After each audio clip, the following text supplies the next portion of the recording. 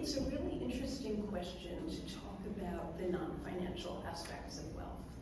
And the idea there is to have it come up organically, starting when your children or your grandchildren are very young, and then developing those notions in age-appropriate ways. So with little kids, it might start out with developing a sense of empathy, developing a sense of community, a sense of responsibility to your community that accompanies the privilege of your family's wealth.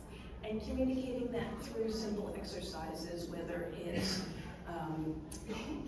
giving your child an allowance and using the 3 jars, right? You all know about the spend jar, the save jar, and the give jar.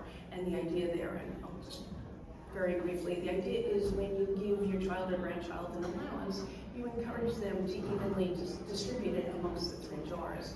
What I like to suggest to build on that notion is, first of all, to make those jars clear, and then if philanthropy is part of your family's culture, then you immediately match the amount that they put in the gift jar so they can see that gift jar growing exponentially. And then you encourage them to seek out a nonprofit that speaks to them, whether it's feed the homeless programs or it's education and doing something in their school or whatnot. So those notions of responsibility and community can be started at even very young ages.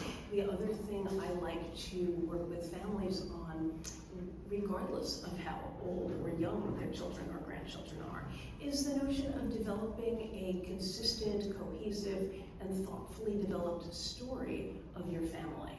The story of how the wealth was created, the story of how your values were formed, whether it's grandma and grandpa came over here from another country and started a little shop, and it's now a $billion entity, or whatever your family's origin story of your wealth creation is.